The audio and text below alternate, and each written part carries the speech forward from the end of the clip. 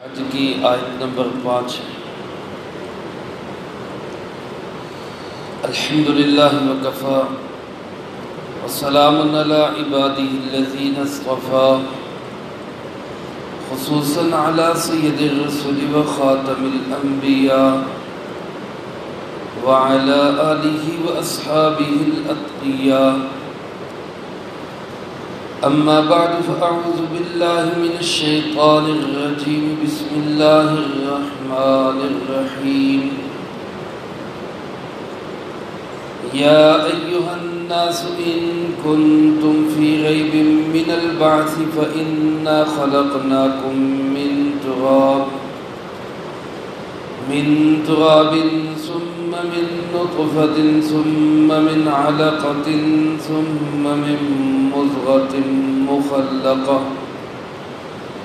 مخلقة وغير مخلقة لنبين لكم ونقر في الأرحام ما نشاء إلى أجل مسمى ثم نخرجكم طفلا ثم لتبلغوا أشدكم ومنكم من يتوفى ومنكم من يرد إلى أرذل العمر لكي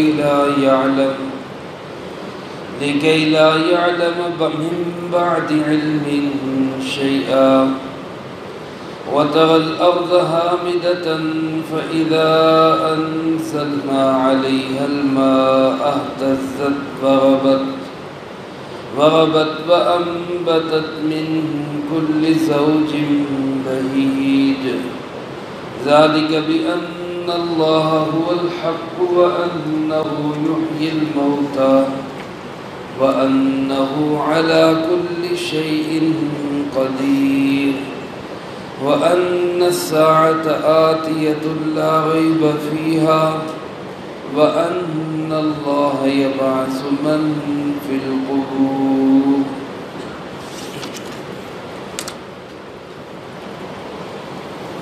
یا ایہا الناس، اے ساری دنیا کے انسانوں، ان کنتم فی ریب من البعث، اگر تم شک میں ہو دوبارہ اٹھائے جانے سے، فإنا خلقناکم، تو سنو کوئی شک نہیں کہ ہم نے تمہیں پیدا کیا من تراب، مٹی سے، ثم من نطفۃ، پھر ایک قطرہ آب سے، ثم من علقۃ، پھر خون کے ایک لوتھڑے سے، ثم من مضغۃ، پھر گوشت کے ایک ٹکڑے سے، مخلقۃ وغیر مخلقہ، جو کبھی کامل ہوتا ہے کبھی ناقص ہوتا ہے، لنبین لکم، تاکہ ہم تمہارے سامنے واضح کر دیں، ونقر فی الارحام ما نشاء،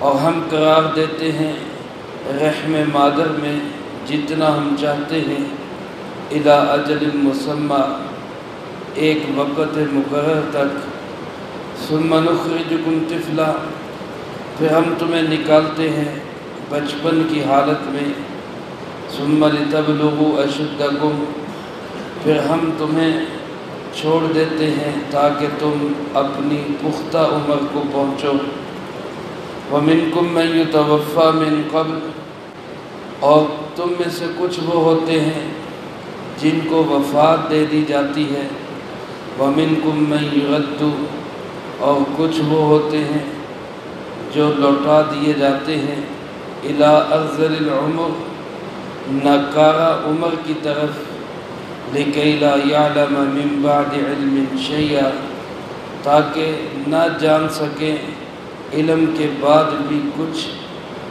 وتری الارض ہامدۃ، اور تو دیکھے گا زمین کو بجھی ہوئی، فاذا انزلنا علیہ الماء، اچانک جب ہم نے اس پہ پانی نازل کیا، اہتزت، اس میں حرکت پیدا ہوئی، وربت، اور وہ خوشگوار ہوئی، وانبتت من کل زوج بہیج، اور اس نے ہر قسم کے بارونق پھل پھول اگائے۔ ذالک بأن اللہ هو الحق، اسی سے پتہ چلتا ہے کہ بے شک وہ اللہ وہی حق ہے۔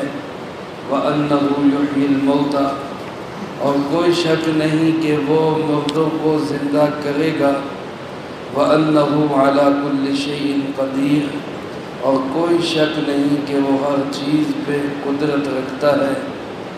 وَأَنَّ السَّاعَةَ آتِيَةٌ، اور کوئی شک نہیں کہ قیامت آنے والی ہے۔ لا ریب فیہا، اس میں کوئی شک نہیں۔ وَأَنَّ اللَّهَ يَبْعَثُ مَن فِي الْقُبُورِ، اور بے شک اللہ اٹھائے گا ان سب کو جو قبروں میں ہیں۔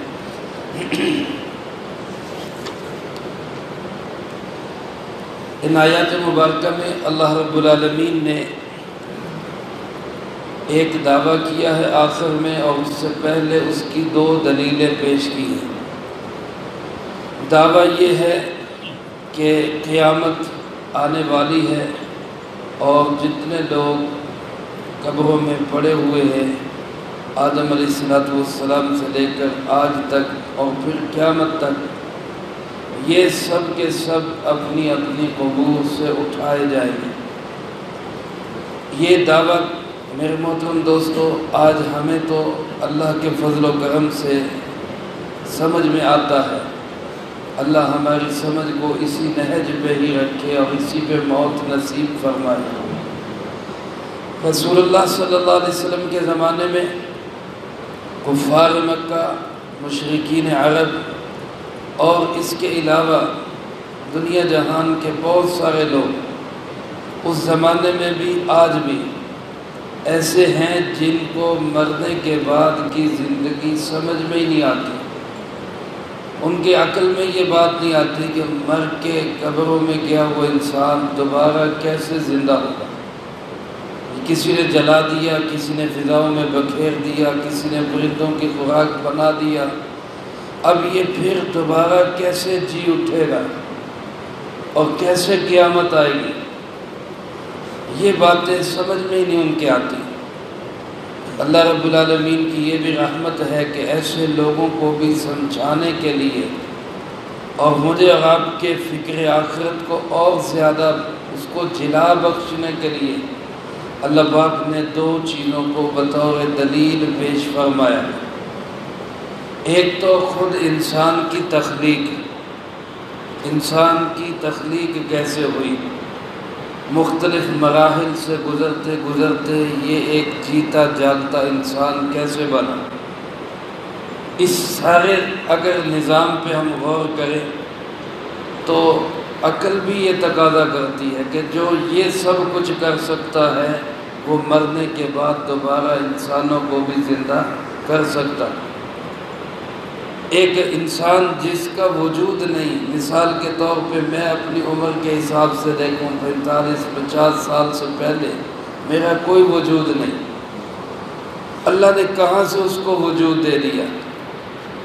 مٹی سے خوراک بنی، خوراک سے خون بنا، خون سے نطفہ بنا، نطفے سے شکل بن گئی، اور وہ بچپن کی حالت میں پیدا ہوا، پھر وہ جوان ہوا، پھر اس پہ مختلف مراحل آتے آتے اب جن پہ بڑھاپا آ گیا ہے، چاہے مسلمان ہے چاہے کافر ہے، دنیا جہان کے لوگ بڑھاپے کو دور کرنے کے لیے زور لگا لیں، نہیں دور ہوتا۔ خوراکیں کھائیں، اپنے رنگ بدلیں، چہرے پہ کچھ لگائیں، لیکن جو اندر سے ختم ہوتی جا رہی ہے اس کو کون روکے؟ یہی انسان کی اپنی تخلیق بتا رہی کہ میرے اپنے آپ پہ بھی میرا کنٹرول نہیں ہے، میرے اوپر بھی کسی اور کا کنٹرول ہے۔ تو جو اللہ اس وقت ہمیں کنٹرول کیے ہوئے ہے وہی اللہ مر کے بکھیر کے ریزہ ریزہ کر کے ٹکڑے ٹکڑے کر کے پھر دوبارہ زندہ کرے گا۔ ایک تو یہ بات اللہ پاک نے بطور دلیل پیش فرمائی، اور دوسری اللہ پاک فرماتے ہیں سامنے کی چیز دیکھ لو، ایک زمین بے آباد بنجر ویران پڑی ہے، خشک سالی ہے، اللہ پاک نے اس پہ بارش برسائی، ادھر کے علاقے میں چلے جائیں، چولستان میں، جن کی زمینوں کی کاشتکاری ہی بارشوں پہ ہوتی، بارش ہوئی تو زمین سرسبز ہو گئی، لہلانے لگ گئی، نہ ہوئی تو وہیں پہ مٹی اڑ رہی ہے، خاک اڑ رہی ہے، خشک سالی۔ اب اس خشک زمین کے اوپر جو بنجر ہے، بے آباد ہے، ویران ہے، لگتا ہی نہیں کہ اس پہ کوئی پودا بھی اگ سکے گا، اس پہ اللہ پاک پانی برساتے ہیں، بارش برستی ہے، اور اسی میں لہلاتے ہوئے پھل پھول اور پودے پیدا ہونے شروع ہو جاتے ہیں۔ تو جو ایک سامنے کی بات ہے، جو یہ کر سکتا ہے وہ مرے ہوئے انسانوں کو بھی دوبارہ زندہ کر سکتا ہے۔ یہی دو باتیں اللہ پاک نے اس دعوے کے ساتھ، دو دلیلوں کے ساتھ اللہ نے اس دعوے کو ثابت کیا۔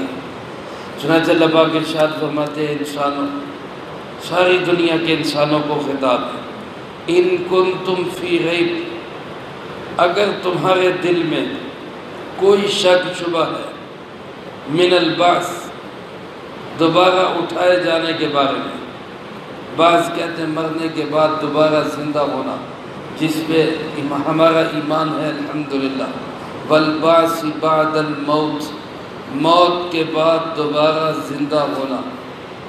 اللہ پاک فرماتے ہیں اگر اس کے متعلق تمہیں کوئی شک ہے تو آؤ سنو، اپنی تخلیق پہ غور کرو۔ فَإِنَّا خَلَقْنَاكُم مِّن تُرَابٍ، ہم نے تمہیں مٹی سے پیدا کیا، تمہیں، میں اور آپ سب مخاطب ہیں، اور ہماری سب کی تخلیق مٹی سے ہوئی۔ کس طرح کہ ہماری اولین، ہمارے بنیاد حضرت سیدنا آدم علیہ السلام، سب سے پہلے اللہ پاک نے جب ان کو پیدا کیا تو ان کا مجسمہ مٹی سے تیار ہوا، فرشتے کو حکم دیا گیا کہ ایک مجسمہ تیار کرو، مٹی سے ایک مجسمہ تیار ہوا، اور اللہ پاک فرماتے فَنَفَخْتُ فِيهِ مِن رُوحِي، اس مجسمے کے اندر میں نے اپنی روح کو پھونک دی۔ تو گویا ہمارے جد امجد، ہماری بنیاد وہ مٹی سے بنی ہے، براہ راست مٹی سے بنی ہے۔ تو اس لحاظ سے یہ کہا جا سکتا ہے ہر انسان کی تخلیق مٹی سے ہوئی۔ اور دوسری وجہ جو میں نے عرض کر دی کہ ایک انسان کی، آج بھی ایک انسان کی تخلیق پہ غور کرے تو اس کی تخلیق جو ہمیں قطرے آب سے نظر آتی ہے، وہ قطرے آب کس سے بنتا ہے؟ خون سے، اور وہ خون کس سے بنتا ہے؟ خوراک سے، اور وہ خوراک کس سے بنتی ہے؟ وہ پھر آ جا کے مٹی سے بنتی ہے۔ تو گویا ہر انسان کی تخلیق کا بنیادی عنصر وہ یہ مٹی ہی ہے۔ اللہ فرماتے ہیں ہم نے تمہیں مٹی سے پیدا کیا۔ اب ایک بے جان چیز ہے مٹی، اس بے جان چیز کو جس نے جاندار بنا دیا، اب وہ اللہ کیا اس بات پہ قادر نہیں ہے کہ ایک جاندار کو مٹا کے مٹی میں ملا کے پھر دوبارہ اسی طرح جاندار بنا دے؟ اب کیوں قدرت نہیں اس کو؟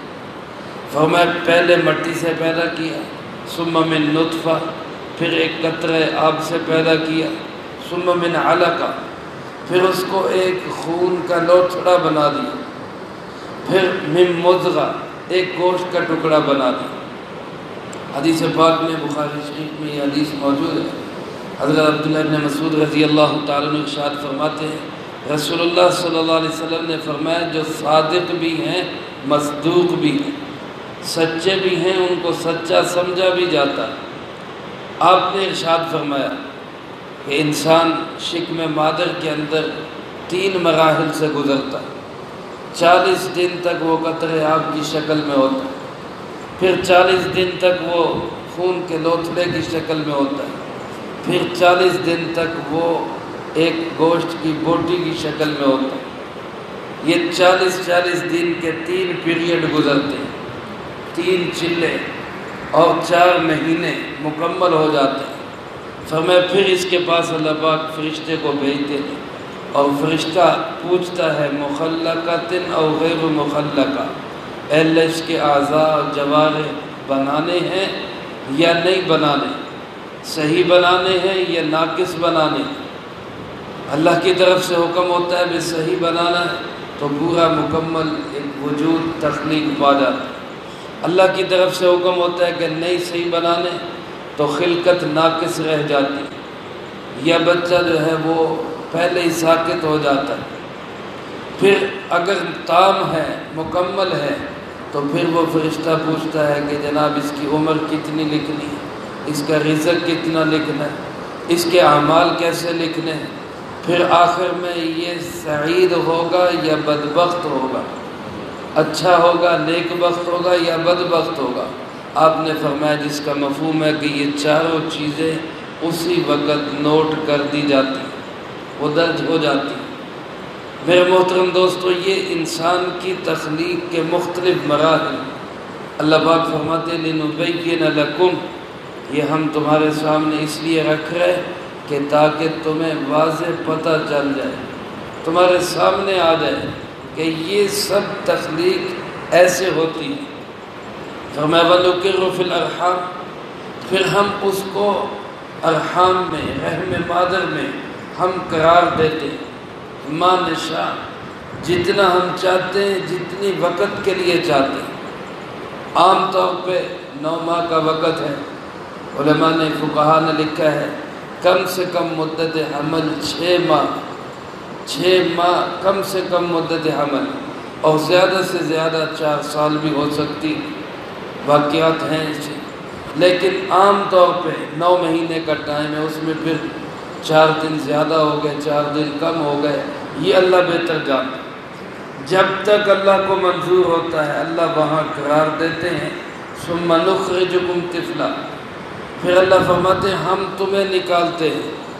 ثم السبیل یسرا، پھر ہم راستہ آسان کرتے ہیں۔ تخلیق ہوتی ہے، اور جب تخلیق ہوتی ہے تو انسان طفلا، چھوٹا سا بچہ، کمزور، بے بس، ایسا لاچار کہ اس وقت اپنے جسم سے مکھی اٹھانے کے بھی قابل نہیں ہوتا، مکھی اڑا سکے اس قابل بھی نہیں ہوتا، ایسا کمزور کہ اس وقت اس کے جسم کا کوئی حصہ مروڑ دیا جائے تو ختم ہو جائے، وہ عضو ہی ختم ہو جائے۔ اس طفل کی حالت میں، ضعف اور کمزوری کی حالت میں اللہ فرماتے پھر ہم تمہاری پرورش کرتے ہیں، تمہاری ضرورتوں کو پورا کرتے ہیں، تمہیں دنیا کے اندر تمام چیزیں، خوراکیں تمہیں مہیا کرتے ہیں، اور پھر تم لِتَبْلُغُوا أَشُدَّكُمْ، اپنی پختہ عمر کو پہنچ جاتے، مضبوط قدآور جوان بن گیا، سارے اعضاء کے اندر قوت ہے، اب ایسا مضبوط جسم، توانا جسم بن گیا کہ یوں سمجھتا ہے کہ مجھ سے بڑا طاقتور کوئی نہیں۔ اللہ فرماتے پھر اس دوران میں منکم من یتوفی، کچھ ایسے ہوتے ہیں جن کو وفات دے دی جاتی ہے، کوئی بچپن میں چلا گیا، کوئی لڑکپن میں چلا گیا، کوئی نوجوانی میں چلا گیا، کوئی جوانی میں چلا گیا۔ کچھ ایسے ہوتے ہیں منکم من یرد الی ارذل العمر، جن کو ہم بیکار اور ناکارہ فضول عمر کی طرف لوٹا دیتے ہیں۔ علماء نے لکھا ہے اس ناکارہ اور فضول عمر سے مراد وہ عمر ہے جس میں انسان کی عقل ہی معاف ہو جائے، وہ بچوں جیسی حرکتیں کرنے لگتا ہے، نہ سمجھی پیدا ہو جائے۔ جب عمر کے اس حصے میں پہنچ جاتا ہے، اس کو اللہ پاک نے فرمایا ناکارہ اور بیکار عمر۔ لوگ اولاد بھی بوجھ سمجھنے لگ جاتی، اولاد کے ماتھے پہ بھی شکنیں پڑنے لگ جاتی ہیں، بابے کو کیسے سمجھا، اب وہ بیکار سمجھا جاتا ہے، ناکارہ سمجھا جاتا ہے۔ اور ایسی عمر سے رسول اللہ صلی اللہ علیہ وسلم نے پناہ مانگی۔ آپ صلی اللہ علیہ وسلم کی دعاؤں میں یہ دعا ہے جو آپ اکثر صحابہ کو سکھایا کرتے تھے، اللہم انا نعوذ بک من ان ارد الی ارذل العمر، اے اللہ میں تجھ سے پناہ مانگتا ہوں کہ میں عمر کے اس گھٹیا حصے کی طرف لوٹایا جائے۔ گویا اس کو پنجابی میں ہم یوں کہہ سکتے ہیں کہ یا اللہ کسی کا محتاج نہ کرنا، اے اللہ کسی کا محتاج نہ کرنا۔ یہ جو محتاجگی میرے دوستوں، بڑھاپے کی محتاجگی ہے، یہ بڑی سخت آزمائش ہے اللہ کی طرف سے، اللہ ہم سب کی اس سے حفاظت فرمائے۔ تو بعض کو اللہ فرماتے ہیں ہم اس حد تک لوٹا دیتے ہیں۔ حضرت عبداللہ ابن عباس رضی اللہ تعالیٰ عنہ جو رئیس المفسرین ہیں، وہ فرماتے ہیں کہ جو شخص کثرت سے قرآن پاک کی تلاوت کرتا ہے اور قرآن پاک سے اپنا تعلق جوڑ کے رکھتا ہے، اللہ اس کو عمر کے اس حصے میں نہیں پہنچاتا، کیونکہ اس کو جتنی بھی عمر مل جائے اس کے دماغ کے اندر خلل واقع نہیں ہوگا، اس کی سمجھ بوجھ میں کمی واقع نہیں ہوگی۔ یہی وجہ ہم اپنے بزرگوں کو دیکھتے ہیں، اپنے اکابر کو دیکھا، بڑی بڑی عمریں ان کی 90 سال عمر۔ ابھی ہمارے قریب میں محترم حضرت حاجی عبدالوہاب صاحب رحمۃ اللہ علیہ، آخری عمر تک بھی وہ عقل اسی طرح برقرار، سمجھ اسی طرح باقی، جسم کمزور ہو گیا لیکن عقل اور خرد ویسے کہ ویسی، اور اسی لیے دنیا جہان ان کا احترام کر رہے، کوئی ان کو بوجھ نہیں سمجھ رہا بلکہ سعادت سمجھ رہے کہ ان کی خدمت کا ہمیں موقع ملے۔ یہ کیا ہے کہ قرآن پاک اور دین کی محنت کو اپنی زندگی کا حصہ بنا۔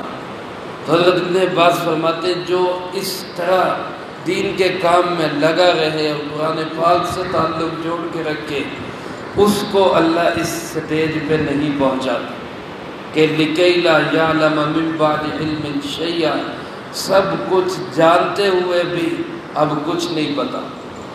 یہی بابا جی ہیں، ساری زندگی وہ حساب کتاب، سارے اس کو تجربے اور نالج اور ساری معلومات، اب وہی بابا جی عقل ایسی ماری گئی کہ اب سامنے کی بات سمجھ بھی نہیں آتی، اب وہ نہیں دل میں دماغ میں آ رہی، بات کرتے کرتے بھول جاتے ہیں کیا کہنا ہے، وہ نہیں سمجھ میں آ رہا۔ تو اللہ فرماتے ہیں بعض کو ہم اس عمر کے اس حصے میں بھی لوٹا دیتے ہیں۔ یہ سارے مراحل سے گزارنے والا کون ہے؟ تو جو ان سارے مراحل سے گزار سکتا ہے وہ ختم کر کے دوبارہ زندہ کیوں نہیں کر سکتا؟ ایک تو یہ دلیل اللہ پاک نے بیان فرمایا۔ دوسرا فرمایا وَتَرَى الْأَرْضَ حَامِدَةً، تو دیکھتا ہے کہ زمین دبی ہوئی، حامدہ خشک، دبی ہوئی، بجھی ہوئی، بنجر بے آباد زمین۔ فَإِذَا أَنزَلْنَا عَلَيْهَا الْمَاءَ، اچانک ہم نے اس پہ پانی نازل کیا، ہم نے پانی اتارا، اہتزت، اس میں ابھار پیدا ہو گیا، حرکت پیدا ہو گئی، وربت، وہ ابھرنے لگی، جوبن آنے لگا، اور فرمایا وَأَنبَتَتْ مِن كُلِّ زَوْجٍ بَهِيجٍ، اس نے ہر قسم کی بارونق چیزیں اگانا شروع کر دی۔ یہ پانی برسا بنجر زمین پہ، چٹیل میدان میں، خشک زمین پہ، کیا ہو گیا کہ اس زمین میں رونق ہی رونق پیدا ہو گئی۔ فرمایا جو یہ زمین کو آباد کر سکتا ہے، بے آباد زمین کو، وہ مرے ہوئے انسانوں کو بھی دوبارہ زندہ کر سکتا ہے۔ ذَلِكَ بِأَنَّ اللَّهَ هُوَ الْحَقُّ، اللہ فرماتے ہیں یہی ثابت ہوتا ہے کہ اللہ ہی حق ہے۔ اس کائنات کی سچائی، سب سے بڑی سچائی اللہ وحدہ لا شریک ہے۔ وَأَنَّهُ يُحْيِي الْمَوْتَى، اور اسی سے ثابت ہوتا ہے کہ وہ مردوں کو زندہ کر سکتا ہے، وہ مردوں کو زندہ کرے گا۔ وَأَنَّهُ عَلَى كُلِّ شَيْءٍ قَدِيرٌ، اور اسی سے ثابت ہوتا ہے کہ وہ اللہ ہر چیز پہ قدرت رکھنے والا، کائنات کا کوئی کام ایسا نہیں جو اللہ کی قدرت سے باہر، وہ سب کچھ کر سکتا ہے۔ اور میرے دوستو آخر میں اللہ پاک نے دعویٰ فرمایا وَأَنَّ السَّاعَةَ آتِيَةٌ، وہ قیامت کی گھڑی آ رہی ہے، آنے والی ہے، آ رہی ہے، لا ریب فیہا، اس میں کوئی شک نہیں، گنجائش نہیں ہے۔ جیسے کہتے ہیں نا سوال ہی پیدا نہیں ہوتا، شک اور شبہ ہے ہی نہیں، قیامت آ رہی ہے، آنے لگی ہے۔ فرمایا وَأَنَّ اللَّهَ يَبْعَثُ مَن فِي الْقُبُورِ، اللہ اٹھائے گا ان سب کو جو قبروں کے اندر پڑے ہوئے ہیں، جو انسان دنیا سے جا چکے ہیں۔ آج میرے دوستو صدیاں بیت گئی، بعض لوگوں کو دنیا سے گئے ہوئے، ذہن میں تصور میں اگر خیال میں یہ بات آئے کیسے زندہ ہوں گے، تو یہ ایمان کی کمی ہے۔ اور اگر یقین کے ساتھ کہے کہ ان کو بھی اللہ اٹھائے گا، یقیناً اٹھائے گا، ہزاروں سال پہلے جو گزر گئے ان کو بھی اللہ اٹھائے گا، اور جو قیامت کے دن جائیں گے ان کو بھی اللہ اٹھائے گا، سب کو مردوں کو قبروں سے نکالے گا۔ کون؟ وہ اللہ نکالنے والا ہے۔ جو یہ کام کر سکتا ہے وہ قبروں سے بھی دوبارہ اٹھا سکتا ہے۔ اللہ مجھے آپ کو سب کو اس فکر اور سوچ کو ہر وقت سامنے رکھنے کی توفیق نصیب فرمائے، اور جن کی سمجھ میں یہ بات نہیں آ رہی اللہ ان کو بھی سمجھنے کی توفیق نصیب فرمائے۔ جو کہا سنا اس کو زندگی میں لا کے دوسروں تک پہنچانے کی توفیق عطا فرمائے۔ اللہم انت السلام و منک السلام، تبارک ربنا و تعالیت یا ذا الجلال والاکرام۔ اللہم اعنا علی ذکرک و شکرک و حسن عبادتک۔ اللہم احسن عاقبتنا فی الامور کلها واجرنا من خزي الدنيا وعذاب الآخرة۔